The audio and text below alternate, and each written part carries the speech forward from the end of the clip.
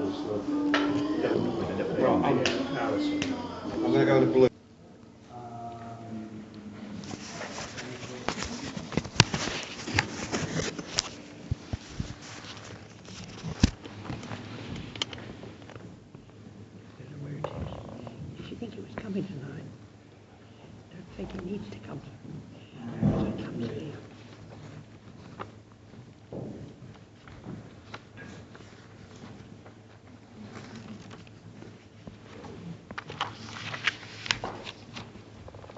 Councillor Atkins.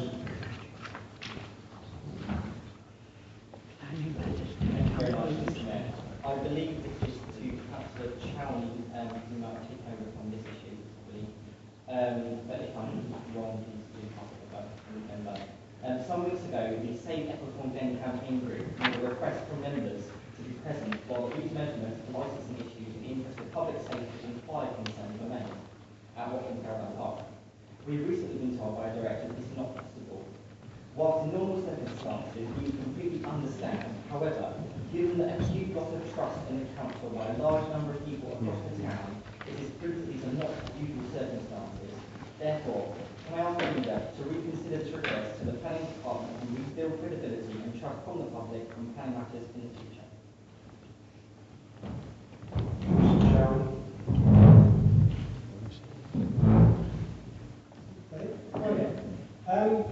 Thank you for that.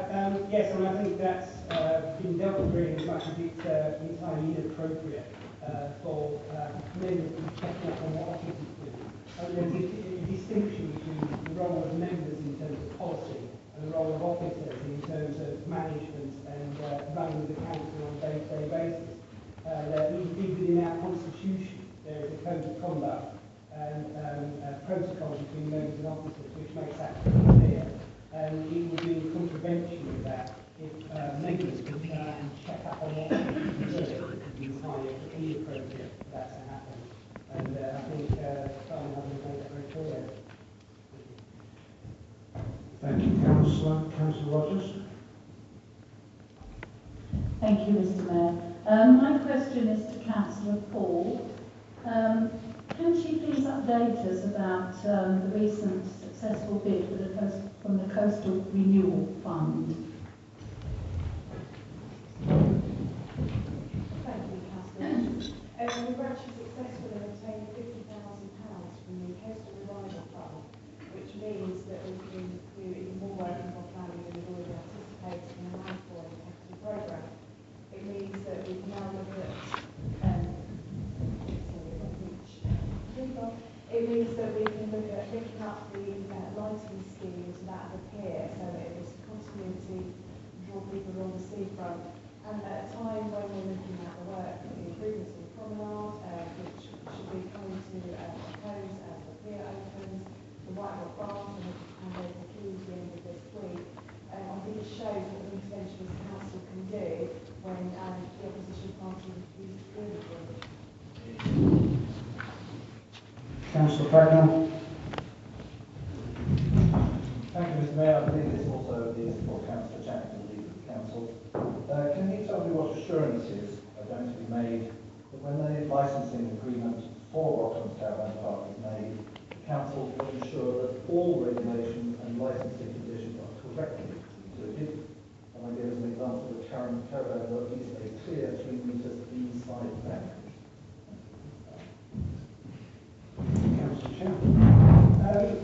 Well, give you assurances that they will be done properly because that's what we pay our officers to do, and that's what I'm convinced they will do. I mean, the details of the licence are between the council and the licensee, in other words, the caravan site, and that's being dealt with appropriately.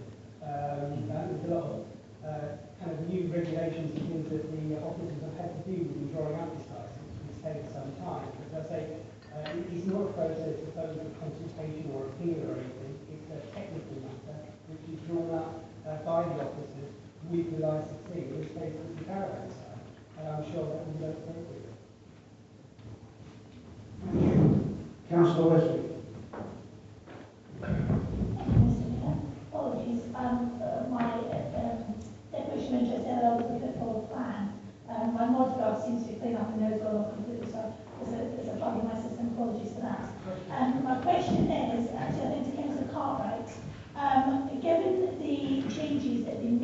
to voter registration and allowing people to join in a democratic process by being on the electoral register. Can you give me any assurances or any idea of what the Borough Council are able to do or not to try and mitigate some of the circumstances in which people are being hindered in accessing the internet and so forth in order to register to vote, please?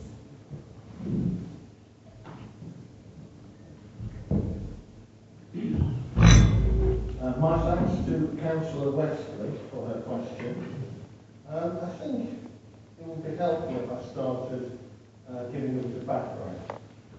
As part of the transition to IER, those electors who did not respond to the 2013-14 annual canvass were carried forward to the 2015 electoral register. Throughout 2014 and 15, several attempts were made to register these non-responders by way of household notification letters, invitations to register, and finally through the 2015 annual canvass. Around 10 separate pieces of correspondence would have been sent over the course of this time, in addition to personal visits from a door-to-door canvassing. We had approximately 2,000 carry-forward electors on our register at the time. As a result of the transition ending in 2015, around half of these carry-forwards were removed. It may also be worth noting that the checks we undertook during the canvass, it seems that many of these individuals had not been residents of the property for some time. In addition to the carry-forwards, a large number of electors were subject to reviews. That is, when we have received information that an elector may not be resident of the property any longer. The review involves writing to the individual concerned and giving them 14 days to respond if they are still resident. In most cases, they do not, and therefore we remove them. At this point, I would say that only in the case of Central St Leonard's has the number of electors increased. In all the other 15 wards, it has decreased. Other removals occur naturally, usually as part of a movement between properties and or out of the borough. Therefore, although we have to record as removals, a percentage of electors would have been re-registered as a different property. Unfortunately, the software which we use does not allow us to provide statistics about this. With regard to future promotional activity, this is largely dependent upon funding from central government. We may conduct a further round of household notification letters in the spring of 2016 to alert and advise households of registered occupants. This does have the benefit of reaching out to all households within the borough, but of course is costly in terms of printing and postage, etc., and can sometimes have a negative impact as electors become confused as to why we are sending out these letters so soon after the annual canvass. Other ideas include a dedicated personal canvasser, bus ticket promotion, and further registration events for students in the run-up to the election. As soon as we hear what, if any, funding is made available to us, then the council can begin to plan for pre-election activity. Of course, as part of IER, we will continue to send reminders to residents when we have invited them to register, and during the course of our day-to-day work, invite applications from any new residents we are alerted to. Of course, if a resident comes into the contact centre, then the staff can help them register using the computers in the contact centre. Okay, thank you. Thank you. Councillor Evans. I don't know if I can leave it. How much has the council spent? How much has the council spent in officer time and in money on the Rocklands issue? I understand that would be a question that we could answer perhaps off the top of your head. will you circulate this figure to members at a later time? Thank you. It's not something I've got off the top of my head, but I suspect it's a lot. You could make some sort of estimate. Obviously, I wouldn't really want to spend an awful lot more officer time adding up exactly how much has been spent, but I'm sure we could get some sort of estimate. But obviously, not something I know off the top of my head. Thank you, Councillor. Councillor Lee Clark. Thank you, Mr. Mayor. May I take this opportunity to wish everybody festive spirits. My question is to the Leader of the Council, Councillor Chowney. And does the Leader of the Council agree with me that the revaluation of the rateable value of commercial properties resulting in the Council being liable for 100% of the potential repayment is completely unfair, and the Council only receiving a part of the original income? And does he agree with me further that this transfer of financial responsibility from central to local government is further evidence of the cruel, barbaric and savage touch which this government is meting out in impoverished districts such as Hastings? And in conclusion, does he agree with me that this formula undermines our own long-term economic plan? Mr. Chairman. Thank you, Mr. Mayor. Yes, I do agree with all that. It's not just affecting us, it's affecting every council, certainly every council tax collecting council, and each council as well, affect their share of it too. So this is something which has been brought to the attention of government by the Local Government Association and affect every single council in the country. The situation is basically that because there are a large number of outstanding rateable value appeals, which are backdated, and there is a backlog, it's very hard to judge how much money we have to set aside to move those. And there has been quite a flurry, because there was a cut-off of 31st of March 2015 reports of the next batch. There's been a big kind of flurry of appeals coming in. And the scale of this, it's not just us. I mean, everyone's being affected by this. It's quite dramatic. Our total rateable value of non-domestic properties in Hastings is 57.9 million. And there are appeals outstanding on those of 18.5 million. So a third of the entire rateable value in the borough is up for appeal. For example, some of the ones that happened recently, for example, nationally, the government decided that doctor's surgeries were all going to be revalued and rated at a lower value. And that here has had the impact here, has had that will, it's about £120,000 per year difference that will make here, but it's backdated to 5 years. So you're talking about £500,000 there, more than £500,000. In that, we have to be just on that, just on the revaluing of doctor's surgeries. This is having an impact on our collection fund, and the problem is that, say, for example, at the moment, we've got to find 816,000 for this out of the current year, and we think it's going well. We know it will be 596,000 out of our budget next year. All this is going to come out of reserves, so all of this takes money away from what we want to spend, millions of pounds, literally, in Hastings. So this is a big problem, Hastings. It's no fault of ours, it's no fault of local government at all. It is simply re-evaluations being made by the valuation tribunal based on what is being revalued, what the wrong valuations placed on properties by the government in the first place. And this is, as I say, is having big problems for us. We've already set aside 2.1 million to meet these, but we're going to have to up that because it's coming in higher, it's in the year 2.9 million, so that's more money we're having to find. So, and I know the LGA is talking to the government about this, and I know there is a consultation going on at the moment about changing this system, but it has had a dramatic effect on the finances of this council and pretty much every other council in the country too.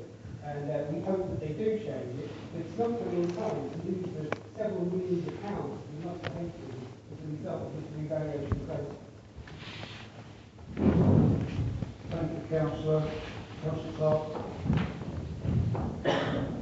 Thank you, Mr. Mayor. This question I think is addressed to Councillor Don Paul, or alternatively the leader. It's about hotels. The hotels and employment sector, Mr. Mayor, is an important one for Hastings, accounting for something like 80% of jobs. Increases here depend on improving and appropriately expanding hotel accommodation, And yet we see that Hastings has only 1,000 service beds, compared with Eastbourne at 7,000, Brighton 13,000, Bournemouth 23,000, and Hastings back in the early 50s, we had 8,000. Yet overnight visitors yield something like £200 each to the tourist economy, yet day visitors only yield 6 of the amount, it's something like £30.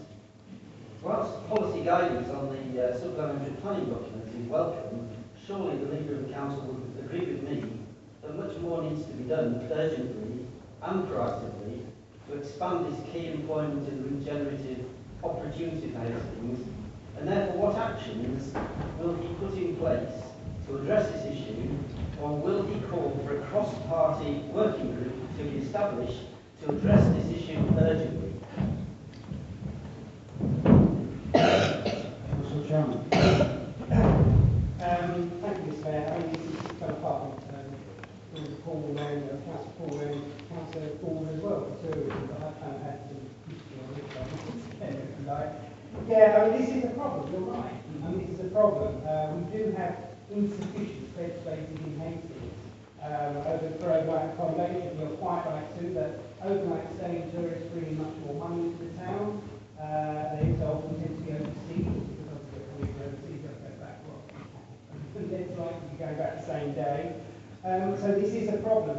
The supplementary planning document is true, which we're, I think it's on the agenda tonight, which is a cabinet, is only really a reiteration of a policy we have already, which has to be reshaped for the new management plan. So we have that case already about protecting bed spaces in terms of existing accommodation. In terms of promoting accommodation in the future, we are looking at very restricted, obviously, because it's down to the private sector, really. I think it's partly about kind of broader regeneration thing, in terms of regenerating the tourist economy, probably making it clear to people that there is a demand for overnight bed space, overnight tourist accommodation. As I say, in the end, it's down to that particular sector to come and build hotels here. We can make that as easy as we can with them. Unless anyone suggesting the council starts building hotels ourselves, which I suppose is an option, we might have some money in it, certainly we can generate. But I realise some of my colleagues over there have experience in this, and maybe that would be a good idea. I don't know. Not something we're looking at the moment. I think it is more about encouraging people to come here and to build more tourist accommodation. We can, as I say, make it clear through our policies that we encourage that. In the end, I'm going to say, pretend that I know. If we had the answers, we would have done it already, I think, in terms of how you encourage more providers in town to provide that accommodation. As for the cross-party working group, we could look into that. It's a possibility. We can kind of work out what we were working on. But it may be worthwhile looking at other towns. I mean, because traditionally, look at all the municipalities, they don't have a lot more tourist accommodation anyway. They have big hotels.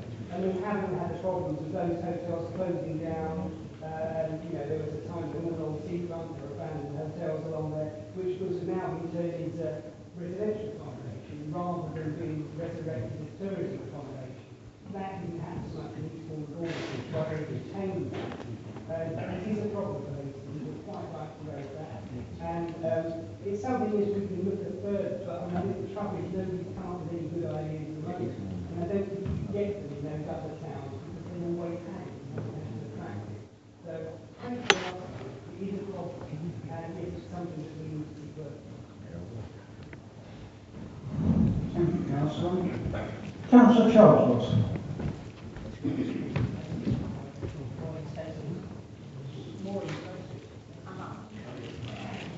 Sorry, multiple times, I think this is from our leader, Peter Kelly, the council. When will the council be reopening the pathways through Ecclesbourne Glen in order to adhere to our corporate plan's vision for protecting green spaces and ensuring they are accessible to all?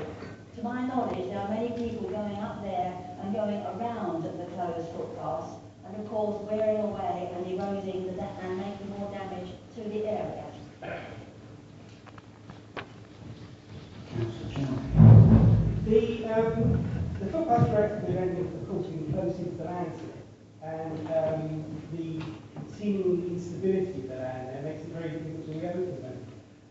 interesting though, because the fact that Ecclesbourne Glen is a triple SI, the reason it's a triple SI is that it's not just because of the ecology and the particular kind of habitats there, it's because it has an unstable geology. I'm not a geologist, it's got something to do with kind of layers of clay that slide over each other, which is why you get the kind of landslips into the sea at the end, and why the land there is unstable.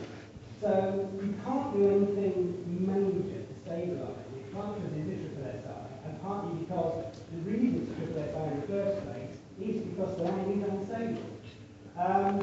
It may well be, I think we need to look at, and I think the young guys I've emailed Taken and we're going to ask them for their views on what we should be doing to perhaps looking at some way of pushing kind of a more permanent way through Ecclesbourne Glen. I don't know. We could, we need to ask about that in terms of evolving natural England, maybe getting studies done to see about what's possible there. Clearly no major engineering work will be possible there. Clearly anything which would stop the kind of sliding of the Glen and would stop it being a triple SI in the first place. They can't do that. So if there is any possibility in kind of engineering solutions to put a kind of a more permanent fixed path through it without kind of destroying the thing that makes it triple SI in the first place, of course that would be expensive, but there may well be grants we could apply for that, say the European Union, with that kind of thing available. That may well be possible. So I think in terms of the future of Ecclesbourne Glen, we need to look at those kind of more permanent solutions. Because I think typically raining a lot again now, it looks like we're getting another wet winter, the land is going to continue to be unstable. And so major engineering works to kind of stop it sliding and not possible because that means triple SI. Whether there's some way of putting some kind of permanent fixed way through it that sort of doesn't slide, but allows the land to slide around it, that may be a solution.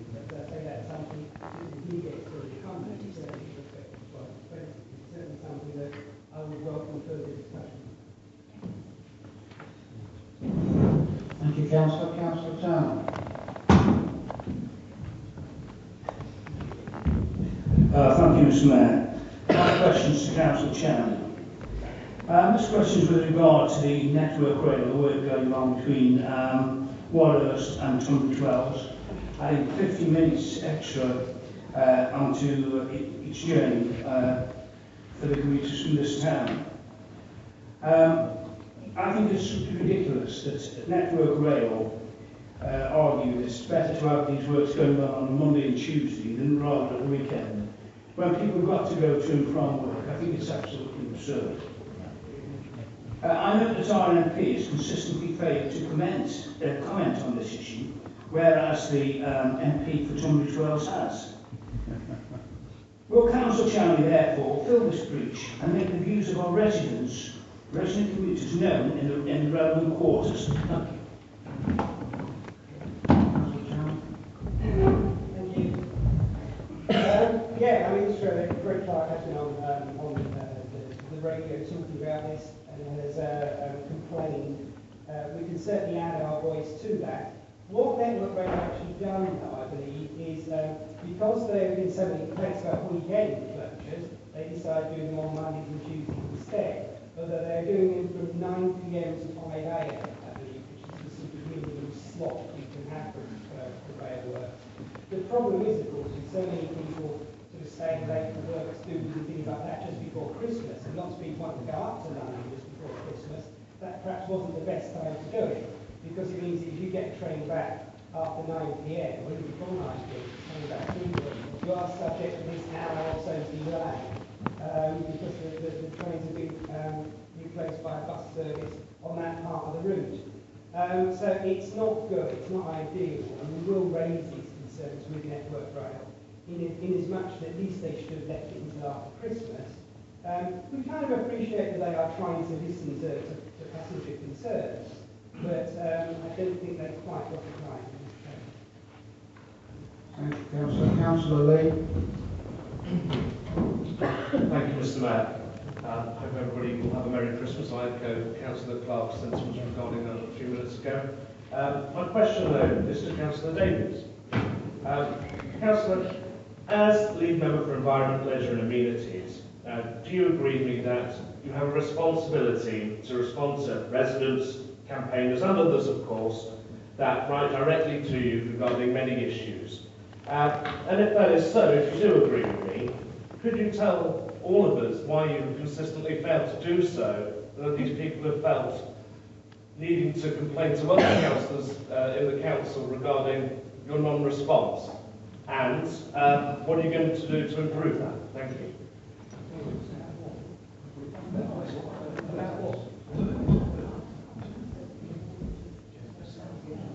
I think, Councillor, you need to be a little bit more specific. I think you're gerrymandering somewhere down the line. I think gerrymandering is something slightly different.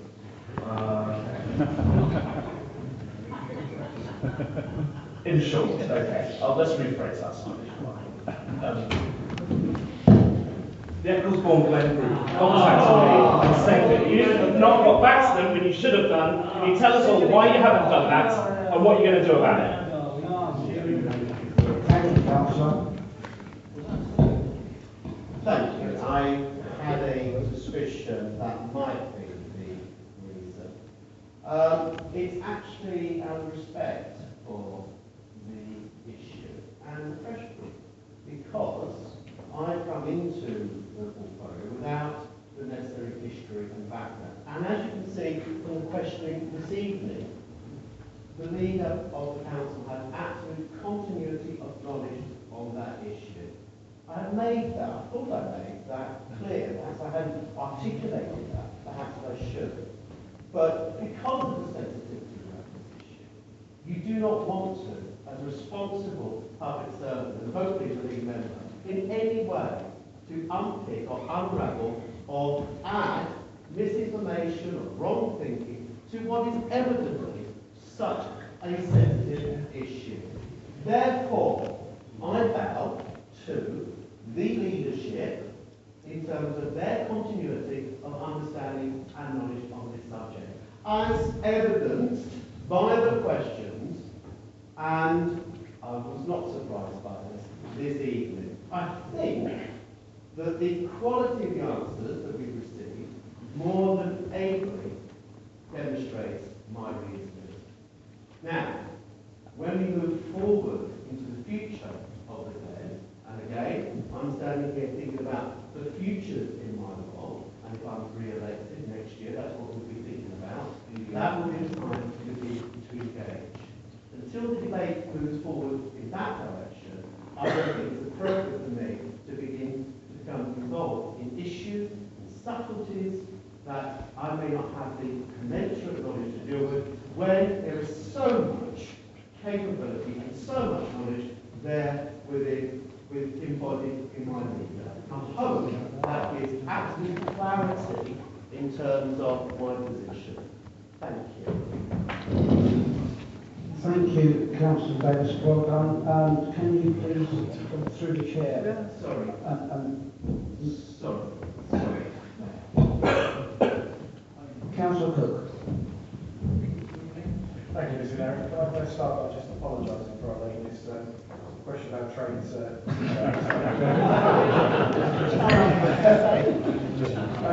If I could ask the leader of the council to prevent further damaging relationships between the council and local residents, businesses and others, on the back of the Rocklands and Ecclesbourne Glen issue and other planning mistakes across the town, and in spite of the recent report from the Planning Advisory Service, what action will you be taking to regain credibility and public trust in the public service?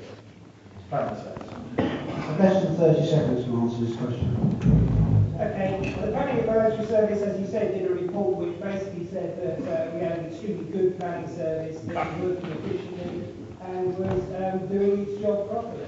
I have every confidence in it. I don't particularly see why we did indeed have a planning improvement plan as a result of the Rocklands issue in particular. We worked our way through that. We had an action plan. We put all the actions in place. Planning Advisory Service said, that's been done. You should move on now, which is what we're going to do. Thank you, Councillor. Question time's over with, so we move on. A motion has been proposed by Councillor Ford as set out in Councillor Book. I call upon Councillor Ford to speak in support of the motion, and we'll then open the matter for debate. The